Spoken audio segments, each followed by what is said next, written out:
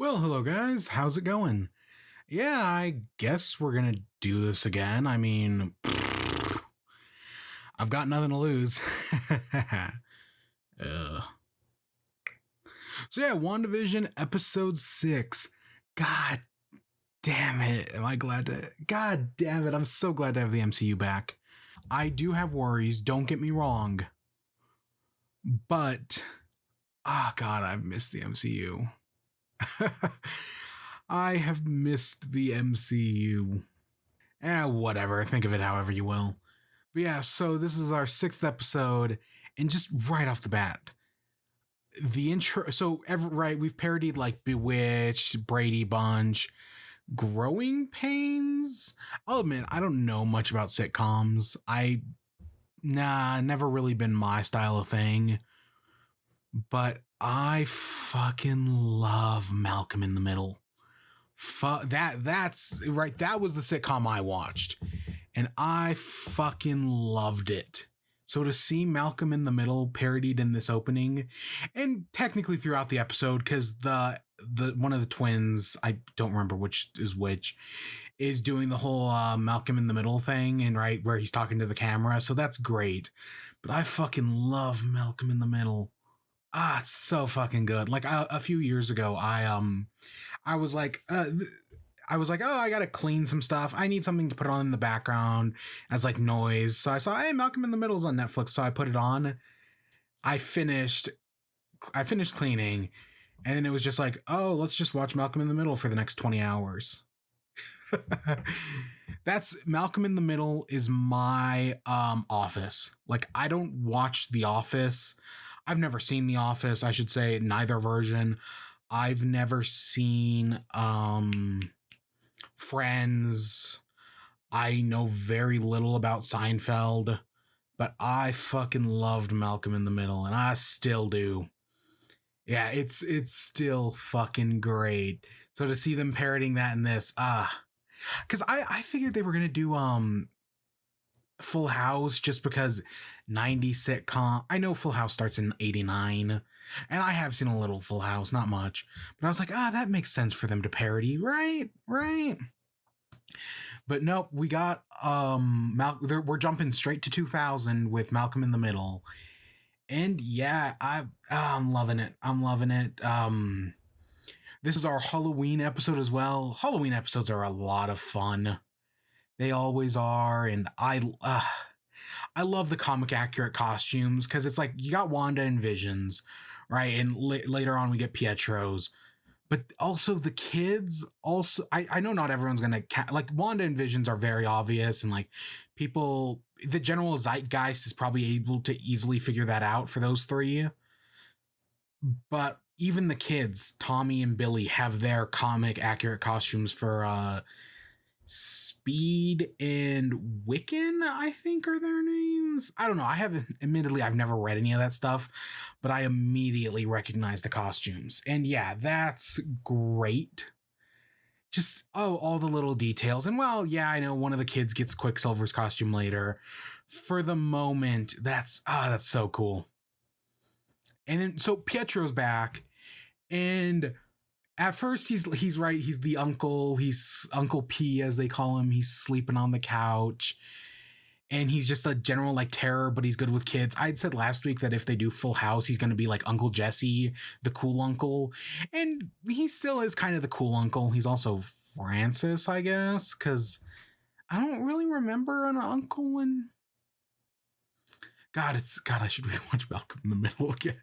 Nope, I can't do that. Nope. As funny as it may be, I don't have the time. But yeah, I'm Pietro is very interesting in this episode, because it's still the X-Men Pietro, and I don't really know what to do with that. Because they're making this meta commentary about how, they recast Pietro, but is it something more sinister than that? Did she pull in Pietro from the other universe? Pietro seems to be aware of what's going on. He is, much like how Vision's kind of like aware that something's wrong. Pietro's also like fully aware of like, hey, this is what's going on. This is what Wanda's doing. He's fully sentient in the fact that he knows something is up, which I'm just going to say it now. I think Pietro is Mephisto. I think last week I speculated, right, that he might be Mephisto or Agnes, and I don't know with Agnes anymore.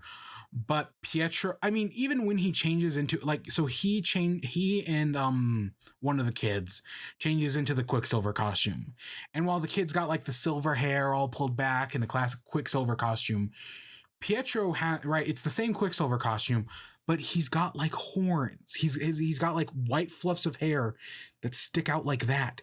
He's got fucking devil horns. I I think that's intentional anyways. I can't unsee it now that they're like devil horns. And as time goes on, and he like he asks Wanda like, hey, right, how did you do this? How did you do this with the kids? He's like, oh, there's no kids in Westview because she's just kept the kids unconscious in their beds because she didn't want to get them involved because she was always the nicer sibling. At least that's what Pietro claims. And of course, last episode, Vision was like, hey, why are there no kids in Westview? So in this one, she overcorrects it by putting kids everywhere. Pietro is clearly aware of what's going on. He, like everyone else, is stuck in the simulation. Vision is slowly breaking down as he's trying to figure out what's going on. Even Wanda herself is breaking down as to like, because she's doing it subconsciously, but she's also kind of conscious about what's going on, so she's breaking down in her own way. But Pietro is also fully right. He's fully not omniscient, but he's fully aware. Right, whereas everyone else, even Vision to some nth degree, is like aware that something's up. Pietro he doesn't know why, but he knows that yes, it is happening. And the explanation they give in this for like why he looks different is that it's the Age of Ultron Pietro, but Wanda couldn't stand to see her brother's face again, so that's why he looks different. That's the explanation Pietro gives in this episode, right? Because seeing her actual brother's face would bring back too much pain. And I guess that's a fine explanation. Did she pull Pietro in from the multiverse? Is he full of shit? Maybe, totally. Because at one point she asks a question about their childhood, right, in the orphanage, and he can't answer it and calls her out for questioning him. Again, well, yes, would it be cool to find out that, yes, this is our crossover with the X-Men universe, and based on what happens at the end of this episode, we're going to get full X-Men universe? Yes. But I don't think that's what's happening. Because at the end, let's just talk about the end right now while I'm here. At the end, she expands the hexagon, so it's like growing bigger and bigger. It encompasses the entire sword base outside. And I could see where this could lead us towards mutants. That, right, because Rambeau has been exposed to the photons or whatever's inside the grid or whatever. And it's because of that she's now going to get powers and become Photon or Spectre or whichever name you want to use. And you could argue that what if she keeps growing the hex and encompasses the Earth, and now some people who were exposed to the hex just become mutants? That's where they might be going with this. Right, at the end of House of M, it's no more mutants. What if this hex is what creates mutants? Like, it spreads across the globe, then it dissipates somehow, I don't know. And this allows us to bring back, because we're like in the hex, but we're also not in the hex, especially once we catch up to like modern day, because we're in the 2000s right now. Also, kind of I don't know where we are timeline, because last week was 80s, right, with Growing Pains. So I would think we would be doing 90s, but Malcolm in the Middle is 2000. So I don't know, but that's one way I could see them doing it. That the hex encompasses everything, and this is basically our event that creates mutants. I could see that. I don't know if that'll happen, and this brings back Vision, and I guess Pietro, is she going to pull? Has she pulled into the X-Men universe and brought the Quicksilver from that universe into this one? Is this whole Pietro thing just a bit of like meta hijinks on the narrative? Because I know in Apocalypse, Quicksilver gets his leg broken by Apocalypse, Oscar Isaac's Dr. Ivanhoe's or whatever the fuck, and I think he's in Dark Phoenix. I don't fucking remember Dark Phoenix. I remember more of Greg Miller's rantings, like the madman rantings of Greg Miller about Dark Phoenix, recapping the plot, than I do the actual movie Dark Phoenix, because the movie Dark Phoenix was fucking bad. God damn it, they've adapted that story twice and they fucked it up both times. I really hope that when the X-Men's in the MCU, which it will happen eventually, they just don't do Dark Phoenix, or at least if they're doing it, do like one of the later Phoenix Force stories, like the Iron Fist one or something like that. Just do some. Oh God, I'm so tired of seeing Dark. I know people want it. I know it's classic 90s comics. But you know what 90s comics got us? The death of Superman. And you know what that got us? Fucking Batman v Superman. Piece of shit, terrible movie. Goddamn Zack Snyder cut, motherfucker, Jesse Eisenberg, motherfucking. When it comes to Vision, he meanwhile is trying to get out, right? He knows that something's up, and he claims that he's like patrolling the town as part of like the neighborhood watch. But in actuality, he's trying to figure out what's going on because he knows something's up and he's not getting any answers from Wanda. So he goes out exploring. And as like he gets to the edge of the city, like the hand Wanda's like crafted simulation like starts to break down. God damn! I can only think of the simulation on 5% from Rick and Morty. But yeah, it reminds me of like a broken video game or something like that, where they're getting to like the edges where like things are less programmed, or like areas where you're not supposed to like see stuff. And like there's like NPCs that were like in process, right? And that's what it reminds me of, because we see like the looping animation of the woman doing the thing, and as she gets into the outskirts, people are just standing there, nothing. This is like they're like with the Pietro stuff. There's a jump. You remember in the 4th episode, we get the jump scare of Vision with the hole in his head, and we get one of Pietro with bullet holes in him from Age of Ultron. But it's not nearly as good, right? Like the Vision jump scare got me, right? I was like, oh, I didn't see that coming. The Pietro one just wasn't as good, but the stuff with the Vision here and it being like really creepy, I think does a much better job as we see like the edges of this. This gives us our more, I'm not going to use, I guess I'm making the Silent Hill comparison, even though that's definitely not what this is, because Silent Hill is a very different atmosphere, right? This is just our creepy suburbia, and it's like frozen in place. As Vision's getting to the outskirts of town, he runs into Darcy, or not, Agnes, correction. And this is where he finds out that, oh, he was a hero, he was an Avenger, but that he's also dead. And another really good, I still wonder what's up with Agnes. Like, she's in the witch costume here, and we know Agnes is obviously Agatha Harkness. But, like, are they going to actually go into magic with her, or is it just going to be whatever? Right? Is it... I mean, I know Agatha Harkness, from what I've been told, was, like, the Avengers, like, babysitter, so... I'm assuming that's just what they're doing. Because, I mean, in the last episode, she was basically the twins' babysitter until they started growing up. So I'm assuming they're doing something along those lines, and they're just going to leave the magic out of it, I guess. But yeah, and I hadn't put it together until this, but the whole, right, Vision's trying to help these people. He knows something's wrong. He knows Wanda's hurting them. And he's trying to help them. Because again, this is Vision reset. It's as if like we're at the start of when he was born in Age of Ultron again. No memories, nothing. But that's still the Vision that lifted Thor's hammer. He's still a hero at the end of the day. And that's definitely the vibe I got from him in this episode.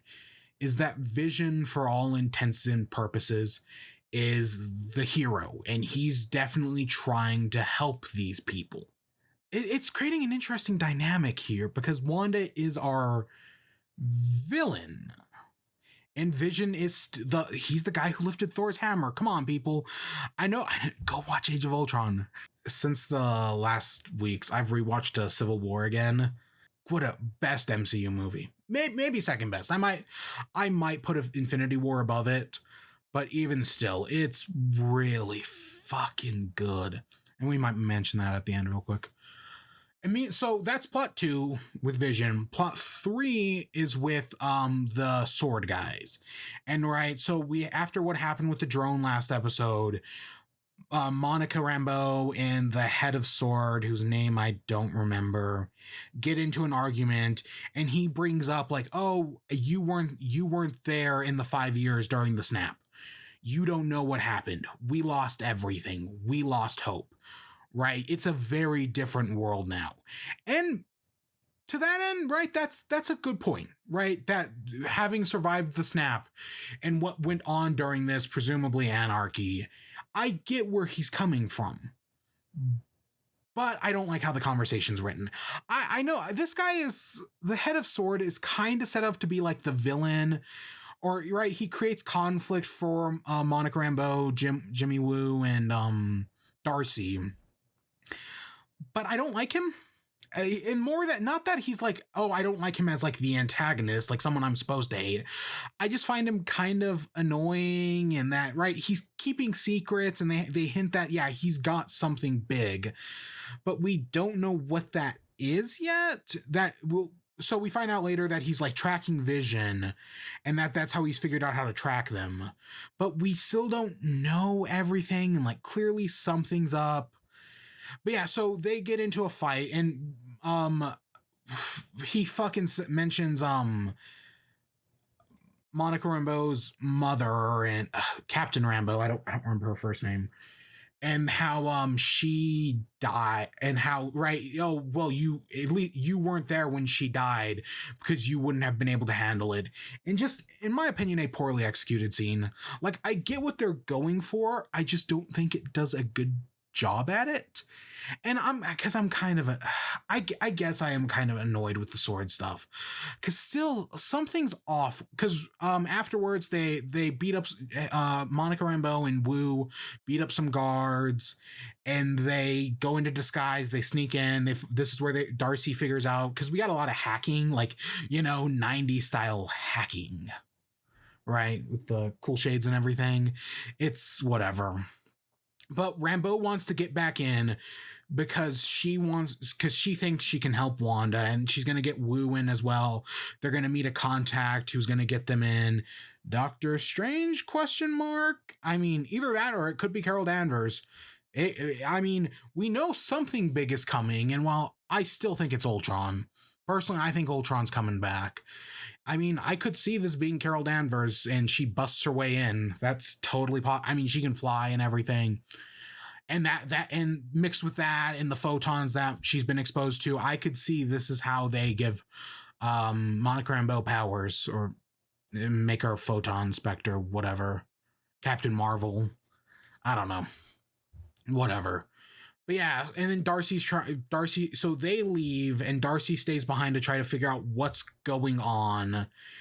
Vision comes through the field, and I think this is the sound design I gotta give credit to, because you feel the weight of Vision with every fucking step, right? As he's just trying to like break through the barrier, and he's being like pulled back. It looks really good, because like some of like the Quicksilver effects don't look that great, and I criticized last episodes, like when they're flying. When Wanda and Vision were flying, it didn't look that great. But when Vision was flying in this one, like when he just goes back into his classic Avengers costume and flies up high above the city, that looks good. When this scene happens, when he's trying to break through the field, that looks good. And as he's going through the field, he's trying to break through. He breaks through, but he's being like pulled back. You feel the weight of it. I think I give a lot of credit to audio, because I feel like that's where like you feel most of it. but it's well done all around.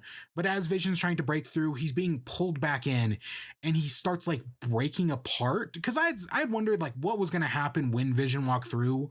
Was he just gonna fall over dead because he's still kind of dead? And I know right, like, because the Mind Stone may be gone, but his memory may still be in there. So it's like maybe she did just like fix the hole in his head, and now it's just Vision blank slate after whatever Shuri did to him in Infinity War. Maybe we just have Vision blank slate here, no Mind Stone anymore. But that doesn't seem to be the case, because as he leaves, he starts breaking apart, right? That he doesn't exist without the hex, which is an interesting way to do things. Darcy comes out and is like, why aren't you helping him? Because, again, the head of S.W.O.R.D. is clearly up to some shit. I'm not entirely sure what it is. I don't know what, like, how do you, Vision's literally breaking apart. How do you expect to help him? Do you just push him back through? Like, is that, because I don't think there's any other way to help him. So that, again, I'm kind of done with the whole S.W.O.R.D. thing. I mean, it's fine, but it's not like with with the entire, so after this, right? Because the kids have superpowers, they're right? They have powers like their parents, and we're seeing, right, one has the speedster power, and we see the other one has like telepathy, whatever, and he senses his father's in pain. He tells the mom, and the mom just blasts Pietro. Because again, I think he's Mephisto. I don't want him to be Mephisto. I'd be happy if she pulled him from the X-Men universe. That'd be way more interesting. But he's Mephisto. Let's be honest here. He's clearly Mephisto. That's where they're going with this. That's gotta be it. That maybe she started this off on her own, right? That Wanda did this all subconsciously, but then it kept growing, and right, her powers are increasing, and that attracted the attention of the devil Mephisto, who is basically the devil, right? And now, and at the end of this, Mephisto's gonna offer Wanda a deal that she wants her love, or that he wants her love. He wants her marriage, and by taking her marriage, it kills Vision. That's how the show's gonna end. Could you fucking imagine? And there's a whole thing with leading this into Doctor Strange, and Doctor Strange might show up, and I don't know where to go with this. I'm not even going to touch that yet. We'll talk about that later in another episode, I guess. But yeah, so after that, right, Wanda finds out, and she grows the hexagon, right? She makes it bigger, and it pulls back Vision. It encompasses the S.W.O.R.D. camp, and that turns it into a circus, because analog, right? Like we saw in the 4th episode, everything gets analog to something else to better fit the time period, and we're in the 80, we're in the 90, 2000-ish, so I guess circus. It makes about as much sense. A bunch of S.W.O.R.D. agents get turned into like clowns. Darcy gets pulled in, but we don't know what happens to her. And because Wu and what's-her-face are off-site, Wu and Rambeau are off-site, they don't get transformed, and the S.W.O.R.D. guy, the head of S.W.O.R.D., and like 3 other people are able to get away. But everyone else gets pulled in. So now we're done with the S.W.O.R.D. stuff. I mean, I'm assuming the S.W.O.R.D. stuff is going to come back. Like, the guy can't get anything on the radio or anything. I don't know if, like, from here on out, the hex is just going to keep growing, right? Kind of like, I'm thinking like the blob thing from the second Guardians of the Galaxy. Or if now that she, right, because at the very end, it ends with her, like, her eyes glow red, and then it ends with them, right, going back to normal. So I'm assuming when they go back to normal, that's when it stops growing, because Vision gets back in it. He's back, right? The entire S.W.O.R.D. thing, Darcy's in it, and we don't know what happened to her. I'm assuming we'll find out next episode, and that'll be a point of conflict. I'm assuming Rambeau and Wu are going to go back in.